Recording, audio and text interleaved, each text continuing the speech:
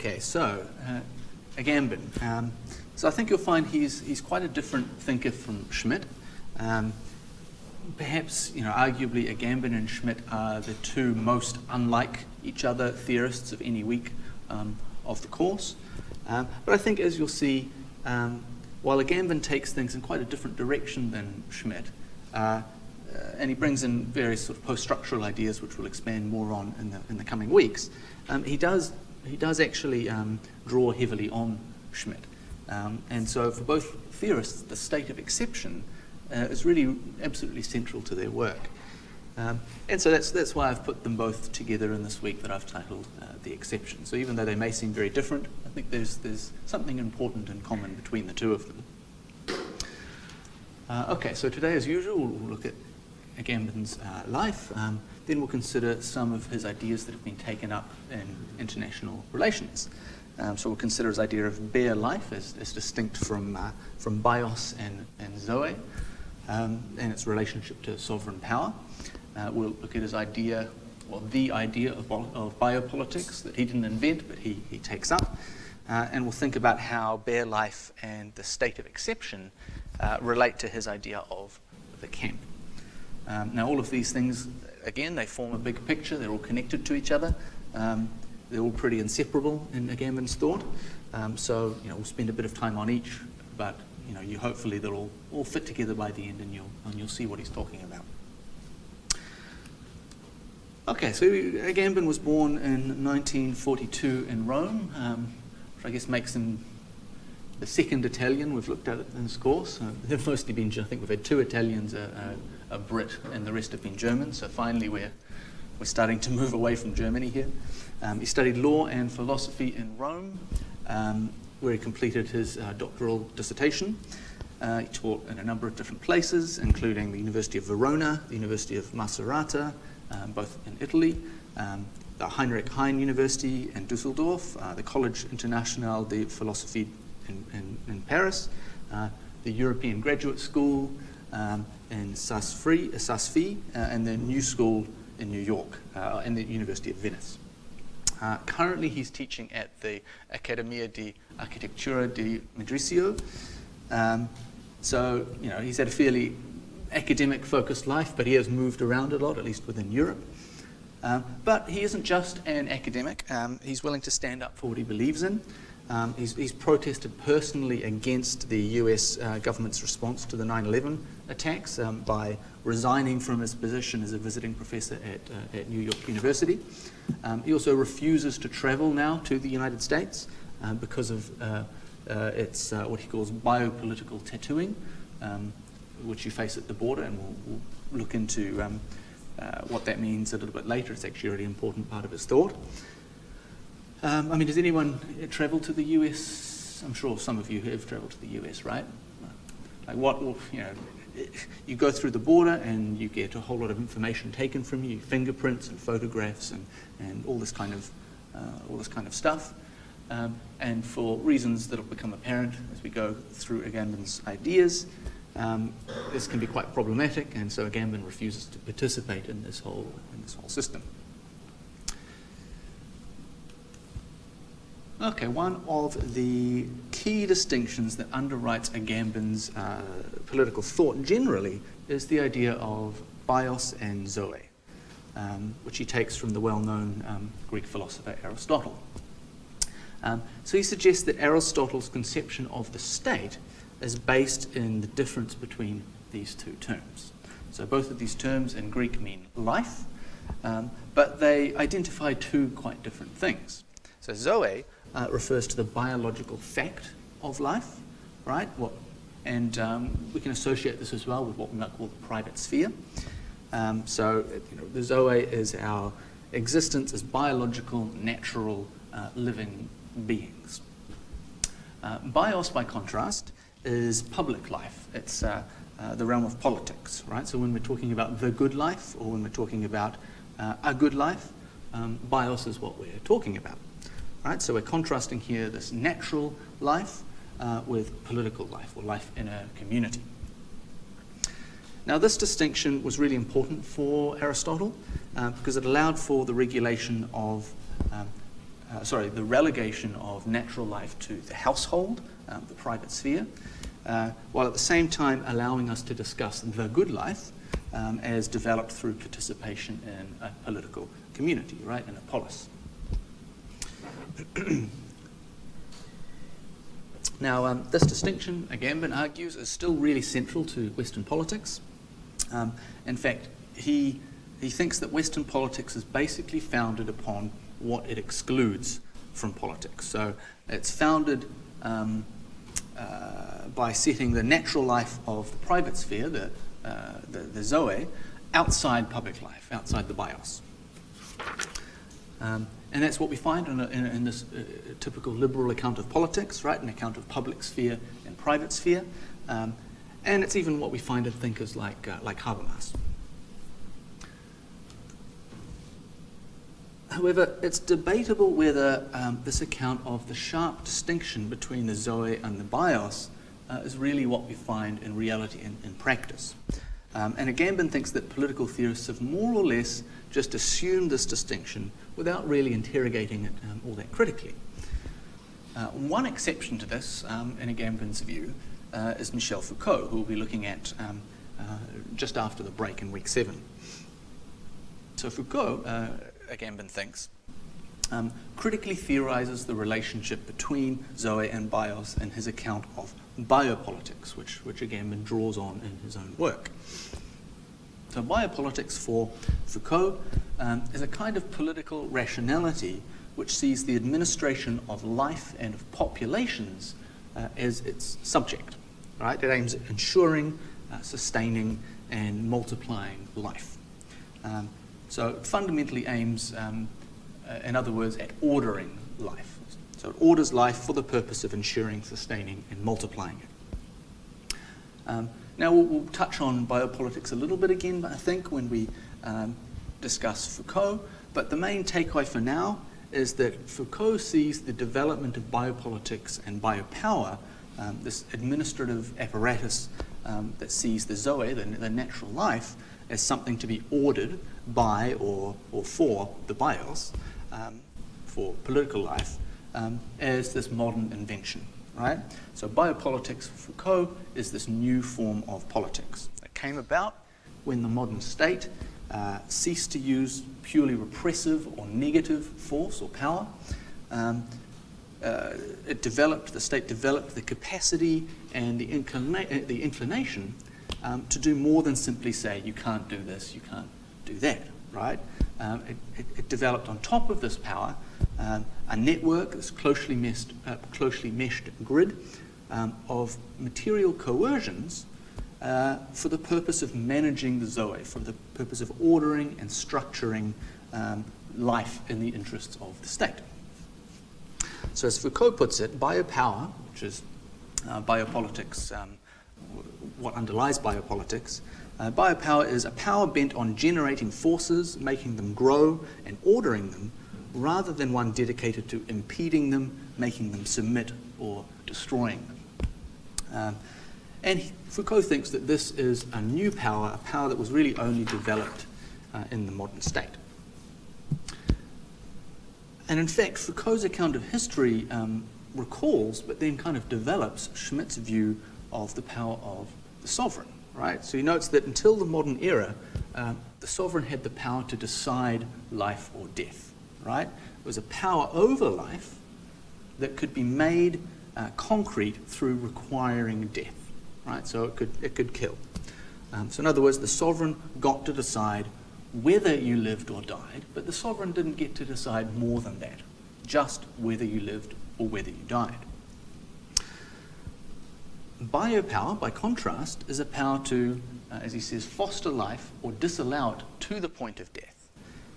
So biopower is the order of life to make it grow, or the order of life to suppress it.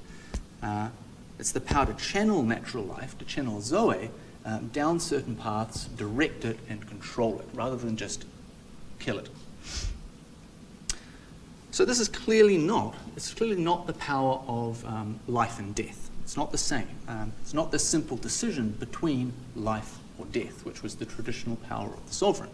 It's not just this, you'll do what I say or I'll kill you, but rather it's a matter of structuring how you actually live. So Foucault thinks that biopolitics and biopower developed in the modern era and began to concern itself with a whole series of biological processes that were previously outside the realm of sovereign power, the power of life or death. Began to document propagation, births and mortality, the level of health of populations, life expectancy and the longevity of populations, and at the same time created a whole series of interventions and regulatory controls in order to manage and control all of these things. This was a new thing. I mean, these days it seems kind of obvious, right, that the state should be collecting data so as to measure populations' life expectancy and to institute policies to try to manage that life expectancy. Sort of taken for granted that the state has an interest in births and deaths, in recording these things and in creating policies around them. It's just common sense that issues of birth control are in some ways a matter for the state. Right? And that's why we have laws. Every society these days has laws that decide when and under what conditions women are allowed to terminate pregnancies, right? I don't think there's any modern state with no laws about that at all, which is odd when you think about it. And even when we say, the current law is not right, it doesn't get it right, we generally still assume that some law about these things is required as necessary. And this is an incredibly new historical development. This is a new thing. This is something that really only came about in our modern era. So part of Foucault's work as a historian and as a social theorist has been to trace the development of biopower and chart the institutions that manage it and that implement it.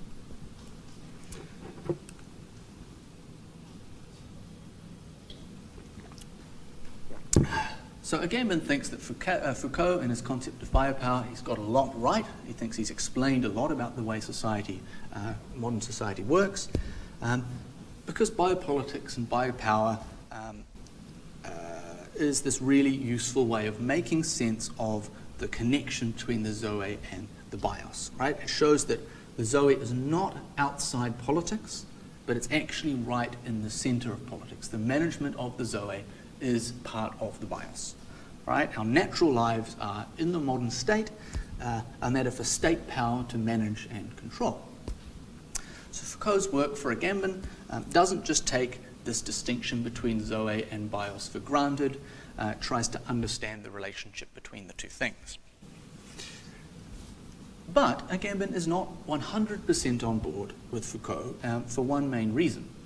He doesn't think that biopolitics is actually as new as Foucault claims it is. So unlike Foucault, he doesn't consider it to be something that's developed only in the modern era. Now, I think he's willing to concede to Foucault, perhaps that the specific instantiation of biopolitics that Foucault charts in his work is a new thing. But in his view, biopolitics has actually always been at the center of politics. And in fact, he argues that the production of a biopolitical body is the original activity of the sovereign power. So for him, the connection between zoe and bios is not a modern thing, it's not a new thing, it was always something that was at the heart of politics. And in fact, he thinks that the ability of the sovereign to control and manage zoe is a basic power of the sovereign. It was never just the ability to decide life or death, it was also this management of the zoe as well. So in other words, for Foucault, society became biopolitics, but for Agamben, this was actually the original state of the political realm. Zoe was never outside politics, it was included in politics right from the very start.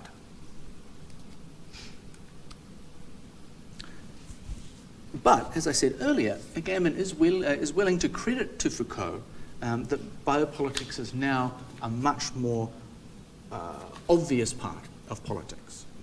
And all of the various things I mentioned before, like the management of populations, of birth, of health, all these different kinds of things, as well as all of the state apparatuses and institutions that have been created to control and manage all of these things, they're all new. That's true.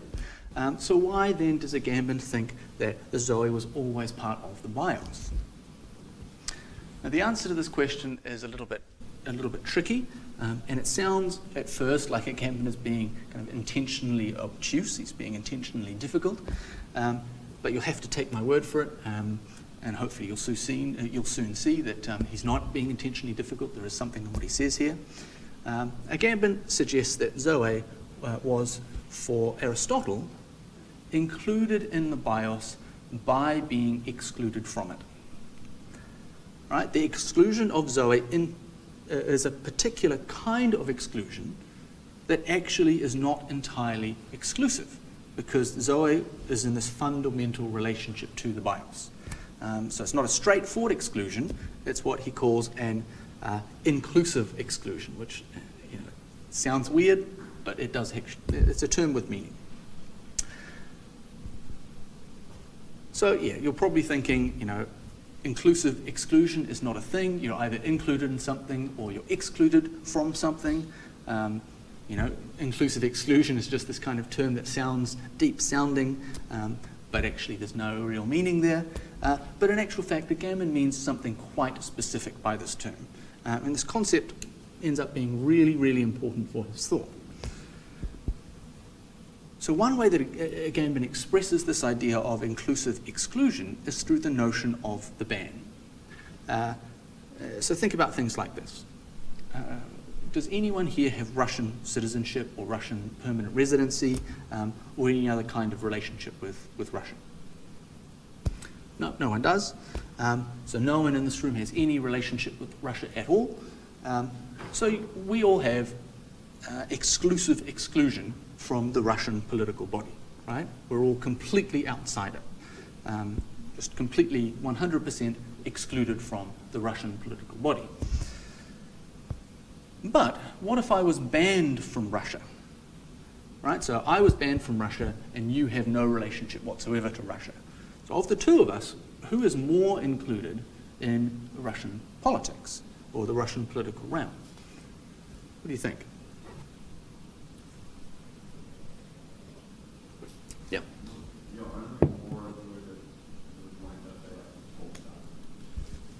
Yeah, exactly. Exactly. You have a connection to it, right? Because you mean something to it. So the basic idea is that by being actively excluded, specifically excluded, by being banned from Russia, I have a fundamental connection to it that none of you have. I'm included in the Russian political realm in a sense by virtue of the fact that I've been specifically put outside it. Right? You have no connection whatsoever to Russia. There's just no fundamental relationship at all between you and Russia. But I exist in this relationship of inclusive exclusion, right? You're just excluded, but I'm inclusively excluded. So this is where we get to the idea of Schmidt's thought when it comes to Agamben. So as we discussed on Tuesday, for Schmidt, sovereign is he who decides on the exception. So a sovereign has the power to declare a state of emergency and to suspend any and all rules in order to do whatever they deem necessary. And if you recall, the sovereign's power to decide on the exception, also extends to their ability to declare something or someone an enemy. So part of this is the ability, the power to decide on the distinction between inside and outside. Right? No one but the sovereign ultimately has this power. Only the sovereign can determine that something is the exception and can decide how to relate in response to that exception. So for Schmidt, this is the basic power that characterizes the nature of the sovereign.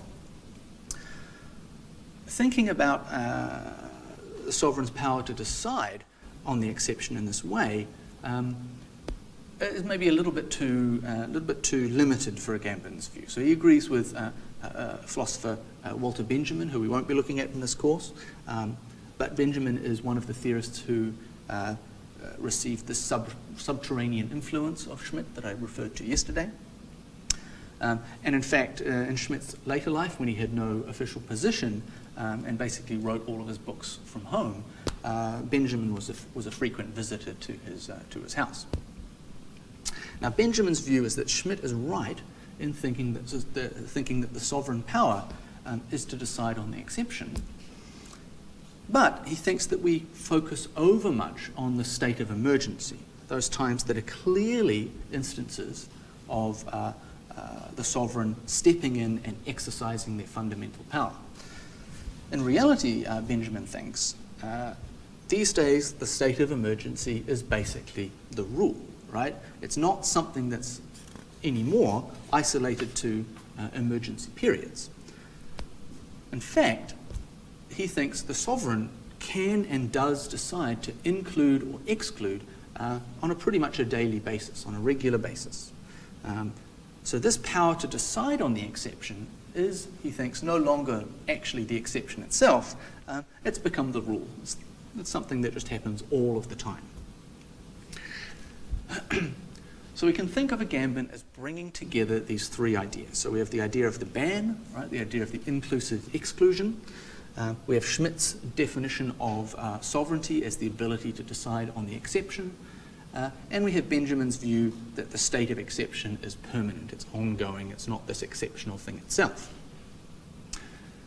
All of these three things work together to show the way that life itself, natural life, or Zoe, is politicized. So basically through exercising the power of sovereignty, by exercising the ability to decide, the ability to include, the ability to exclude, the sovereign can abandon natural life to the unconditional power of death. It can abandon life to the unconditional power of sovereignty.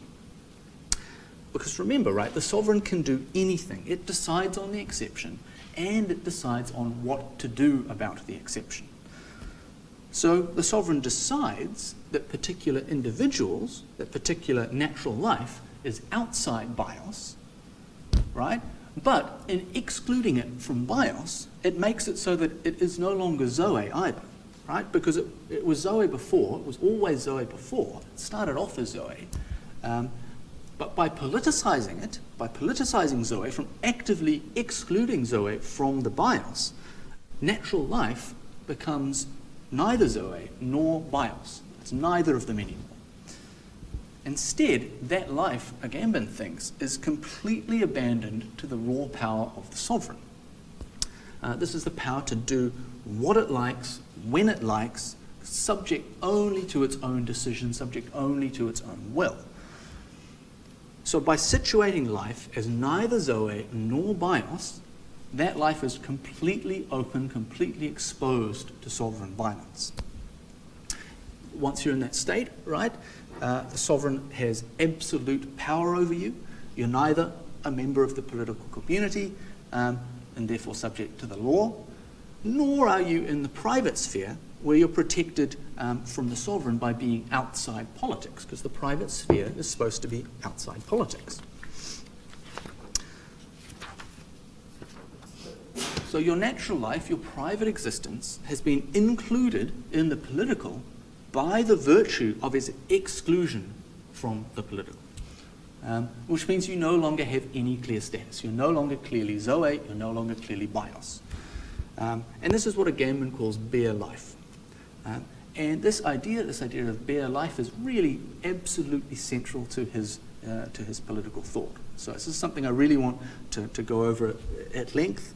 I really want you to get a clear grip on this. So if you don't have a clear grip on it by the end of this lecture, please bring it up again in tutorial, because it's really important. All right, so to reiterate then, bare life is not natural life, because natural life is outside politics. Right? The distinction between Zoe and bios is supposed to capture this. Zoe is the private sphere, and bios is the public sphere. Zoe is our existence as living natural beings, and bios is our membership in a political community. So bare life then can't be natural life, because bare life is politicized. It's subject absolutely to the power of the sovereign. So we can think of bare life perhaps as politicized natural life. It's not, therefore, something that we're born with, all right? It's not this natural life that we put culture on top of.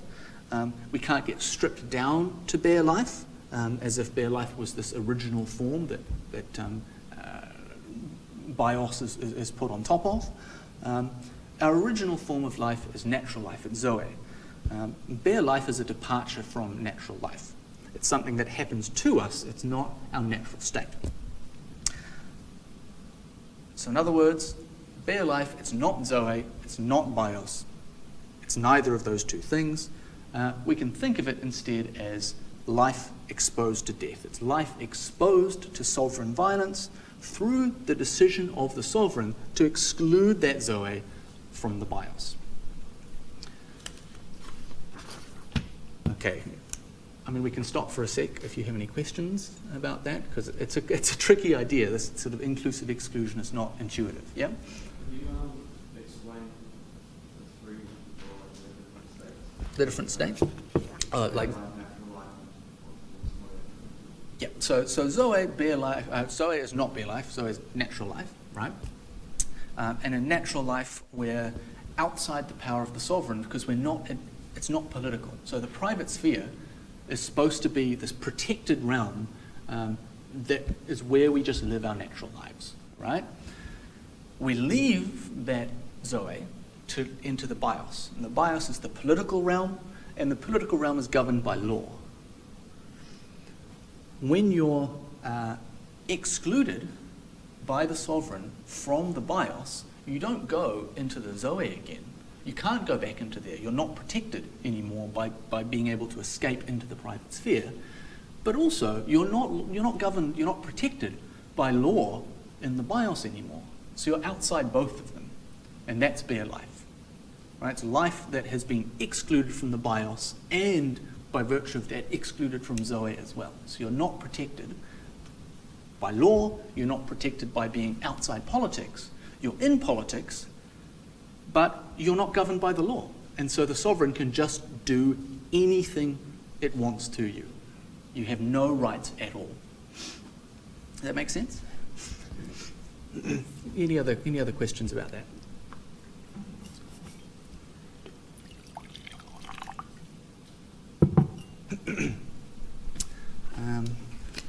Okay. So it only really applies to prisoners? Yes and no. We'll come to some examples shortly in which you aren't prisoners, but prisoners are a really important case of that. So we can see it really easily, I think, in something like the detention camp like Guantanamo Bay. And Agamben actually focuses and discusses in his own work specifically the internment camp at the US naval base in Guantanamo Bay in Cuba. So those who are interned in Guantanamo Bay, they don't have bios, right? They're not part of the US political community, but they're not outside the US political community either, right? They're in this zone of indistinction. They're included in that community by virtue of the fact that they're specifically excluded from it, right? Because they're not subject to normal American law. They're not on US soil, for one thing, so they aren't protected from the power, from the whims of the sovereign by virtue of US law. But they're absolutely not outside the US political community because they're prisoners of the United States, right? So as a result, they live in this realm of bare life, right? They have neither bios, they have nor zoe. They've been decided by the sovereign that they're excluded, right? That they're the exception, and as such, they're completely open, completely exposed to sovereign violence. So Agamben talks about their status as unlawful enemy combatants. And he thinks this is basically meaningless terminology, right? In the sense that it's not a category that's at all recognized by the international community. By being called an unlawful enemy combatant, they're effectively banned from international legal and political frameworks, right? They're not US citizens, so you know, they're not captured by US law, so therefore they're not lawful criminals. Like if I committed a crime in the US, generally speaking, I'd just be a criminal. I'd be a lawful criminal. I'd be a criminal under the law. I'd be included in the US community fully by virtue of being a lawful criminal, right, or a criminal under the law. Those interned at Guantanamo, though, they're unlawful, right? They're not subject to and protected by the US legal framework. They're the enemy. On the other hand, if they were just enemy combatants, right, they'd have certain rights under international law. The US has signed treaties, signed declarations, setting out what they can and can't do legally according to international law to enemy combatants. But unlawful enemy combatants, they're outside this framework as well. So they're simultaneously inside the law and outside the law, right? They're between international law and domestic law, and they're protected by neither of those things. So this category of unlawful enemy combatant, is one in which the sovereign can decide that certain humans are no longer meaningfully human, right? They're neither Zoe nor are they bios. And the sovereign can therefore do anything they want to these people. They can torture them, they can kill them, they can do anything they like with more or less total impunity. I think another example of this is maybe a little bit closer to home, the Australian camps on Manus Island and Nauru. Because of course, what exactly is the status of the people in these camps? Right? They're in a way unlawful refugees. Right? They're not simply refugees, because if they were refugees, they'd be covered by international law. Right? Australia has signed up to various international legal conventions about what you can and can't do to refugees. But nor are they covered by Australian law. They're not on Australian soil, for one thing, right? So they're absolutely subject to the whims of the Australian state. They're neither inside nor are they outside the Australian political community. They're not inside because they're not protected by Australian law, but they're not outside either because they're literally the prisoners of the Australian state.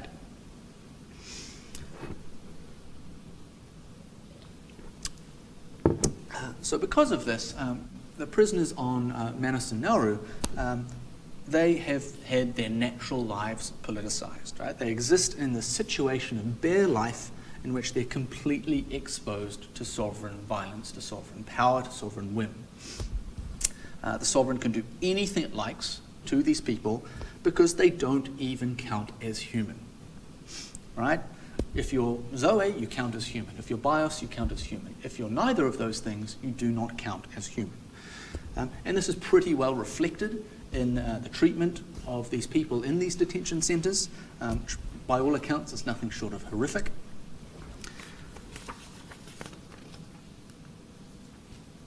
Another example, maybe this gets to your question before about prisoners, and I think one that affects us a bit more directly, is that of airports, right? So airports are examples of this, specifically international airports. And this is part of the reason why, as I mentioned before, AGAMBEN doesn't like to fly to the United States, because they're among the worst in terms of turning airports into a realm of bare life. So why are airports examples of this? Well, let's say you wanted to fly to the United States. You get on a plane in New Zealand, right? Probably Auckland Airport, but not necessarily. Then you fly to usually San Francisco or LA, is the closest. And you disembark at that airport, right? But when you disembark, you're not in the United States. You have to pass through customs first. So in this space, between getting off the plane in San Francisco and passing through customs, you're in this zone of exception. You don't have bias, you're not protected by New Zealand law, right? You're not in New Zealand anymore, and you're not protected by US law because you're not in the US, right? And presumably you're not a US citizen. But of course, physically you are in the US, so the US state has power over you. And in fact, it has pretty much unlimited power over you. Right? In the airport, you become bare life. Your natural life has been exposed to the sovereign violence. So the US border guards, they can take you aside, they can lock you in a room, they can contravene all of your fundamental rights whenever they like, because you don't have any rights in the airport. Right? They don't have to justify anything they do to you, because the sovereign, the state, has declared the airport a zone of exception or a zone of emergency. Right? When you're in the airport, you are the exception.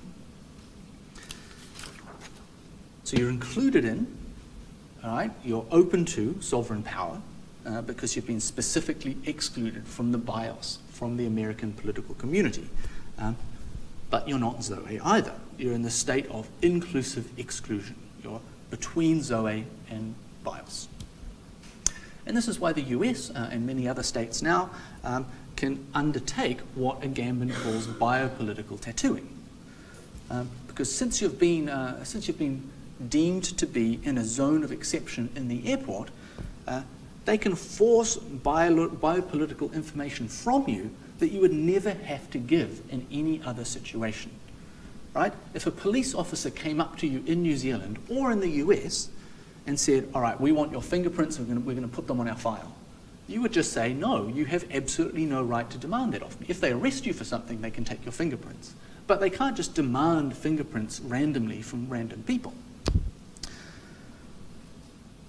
But at the border, all right, the airport, they can demand that information from you, and there's nothing you can do about it.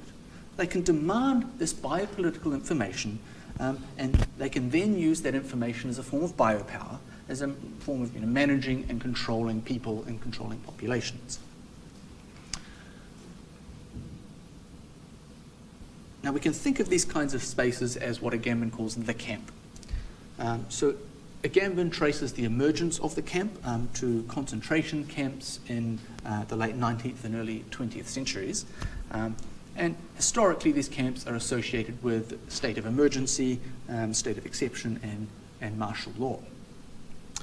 So the camps in the US during the Second World War that interned Japanese-American citizens, like this one here, they're a pretty good example of this, I think. The camp was deemed an exceptional space, and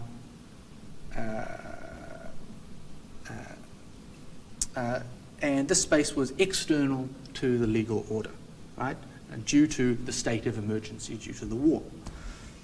So Agamben describes camps as a piece of territory that is placed outside the normal juridical order. But in line with what we've been discussing, the camp is not simply an external space, because the camp excludes what's captured inside the camp.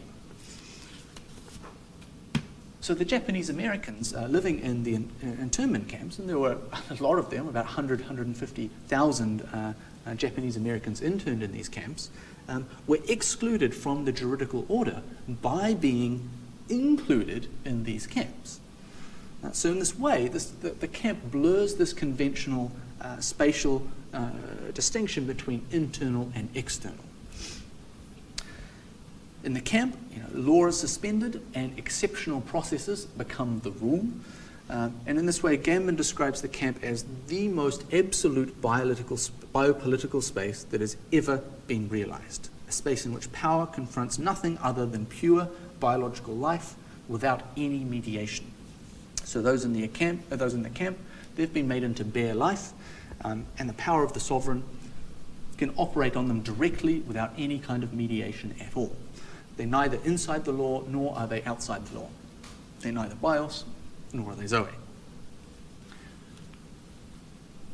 Now, it's really no coincidence at all that the border, the airport, became a zone of exception to the extent that we currently find it, and that forms of biopolitical control grew at the border around the same time that Guantanamo Bay detention camp and the Nauru processing center, for example, were both founded. All of these things came about after 9/11. They came about because of the war on terror. So the war on terror made it such that the state of emergency, the state of exception, became the norm. So for Agamben, this realm of bare life, this realm between Zoe and Bios, became, or has become coincidental with the realm of politics. Right? So originally he thinks the realm of bare life was at the margins of the political order, but he thinks that over time, increasingly, all politics becomes part of this, a place of inclusive exclusion. Right? All politics, especially after 9/11, has become governed by the arbitrary ability of the sovereign to act on any of us at any time as bare life. And this may seem like an extreme conclusion, but I'm not sure it is. I think it's harder to envision in New Zealand, because while we've been involved in the war on terror in some ways, we're kind of also somewhat on the periphery of it. But I think generally speaking, if you're declared a terrorist, if you're declared a terrorist, you are declared outside the legal order in some pretty important ways. Because terrorists are, after all, the enemy, and the enemy is conceptualized in this way that makes them not really even human. So the designation terrorist brings with it the kind of inclusive exclusion that puts you in this indistinct zone of bare life. I think, in fundamental ways, being declared a terrorist means losing your fundamental rights. You're subject directly and in an unmediated way to the will of the sovereign. Anything can be done to you, right? You're completely open to this sovereign violence. You can be tortured, you can be imprisoned indefinitely, and that's especially the case in the US after the Patriot Act was passed. You can be placed in places like Guantanamo Bay still, without the government ever really having to justify doing so. And the reason for this is terrorism is this constant, ongoing state of emergency. It's this permanent state of exception that's at the heart of the way that politics now works in many so-called developed democratic countries.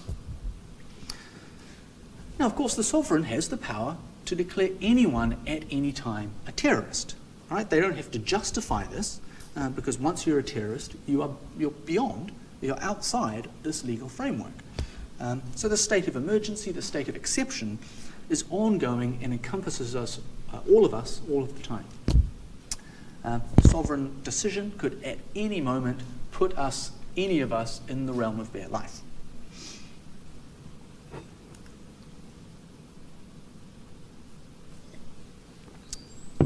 So for Agamben, this idea of the camp and the idea of the state of exception that underlies the idea of the camp is really fundamental to politics, all politics now, he thinks. It's fundamental to the current political order and the way that power operates within this political order. So the camp, he thinks, is this particular spatial manifestation of this logic of power. He thinks the camp itself is symptomatic of this logic of power. It's not simply this random thing that occurs for various contingent historical reasons. It's something that comes out of the fact that the state of exception has become the rule. So in this way, Agamben describes the camp as the hidden matrix and nomos of the political space in which we live. Right, so camps are these spatially distinct states of exception, and they disclose to us the basic fundamental structuring of politics and life more generally that underlies modern society.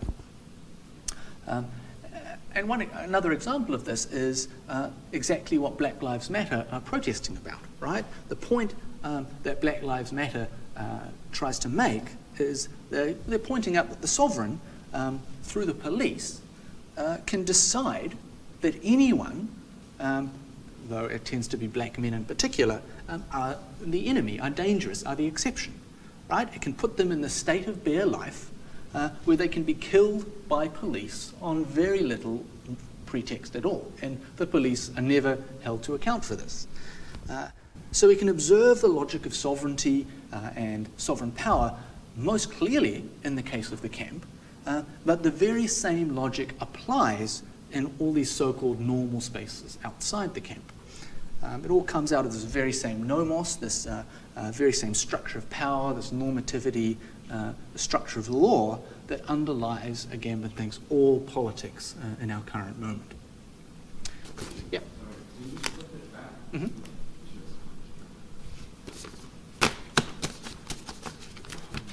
Yep.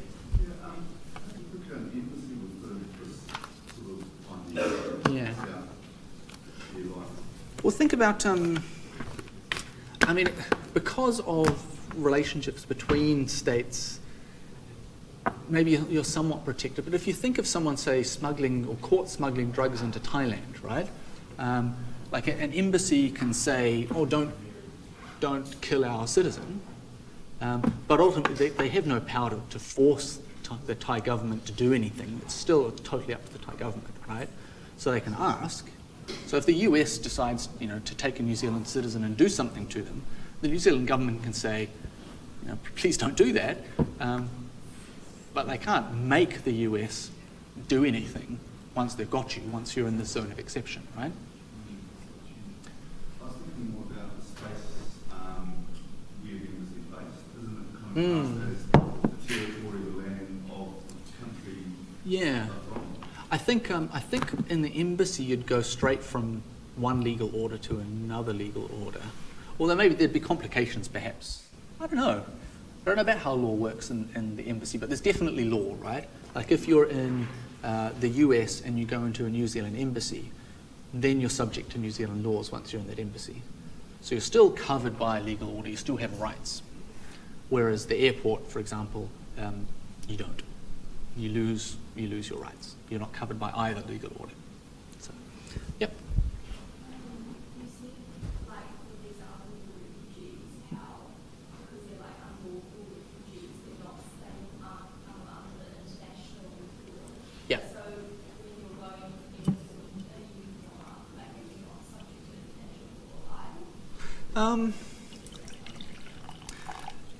I'm not sure to what extent you are subject to international law. Yeah, I mean, I'm honestly not sure. You're certainly, I think in the airport the state can sort of declare you anything it wants. You know what I mean? Whereas, yeah. So there probably are laws, but once you're actually within the state itself, then you can be accepted from those laws. Because you're not outside the state when you're in the US, right? If you're in the airport. If you were outside the state, if you were in international waters or something, maybe then international law would apply. So you're in the state, and therefore the sovereign has the ability to exclude you while still keeping you from being covered by international law. Yeah. Okay, I want to finish there. Next week, our last week before the break, we'll look at Jacques Derrida and Jean Baudrillard, both of whom are interesting, kind of tricky.